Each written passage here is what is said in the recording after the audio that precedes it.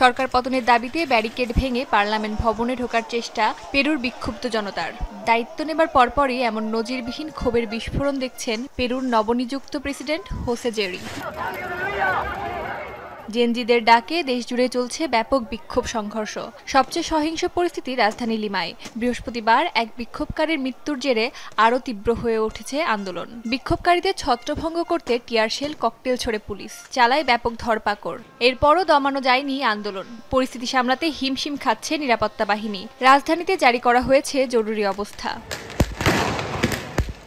বিতর্কিত পেনশন আইনকে কেন্দ্র করে গত মাসে আগের সরকারের বিরুদ্ধে পেরুতে শুরু হয় আন্দোলন। জনরোষের মুখে প্রেসিডেন্ট ডিনা বলুয়ার্তোকে ক্ষমতাচ্যুত করে দায়িত্ব নেন হোসে জেরি। তবে ক্ষমতার পালা বদলেও ক্ষোভ কমেনি দেশটির জনগণের। অভিযোগ, সরকার বদলালেও দুর্নীতি রয়েছে আগের মতোই। ডিনা বলুয়ার্তোকে ক্ষমতা থেকে সরানোর পরও সবকিছু আগের মতোই চলছে। চাঁদাবাজি অব্যাহত রয়েছে, নিয়মিত হত্যাকাণ্ডও ঘটছে। পুলিশ কিছুই করছে না। প্রতিবাদ করা আমাদের বৈধ অধিকার। এই অধিকার প্রয়োগ করতে আসা লোকদের উপর দমনপীড়ন চালিয়ে যাচ্ছে পুলিশ।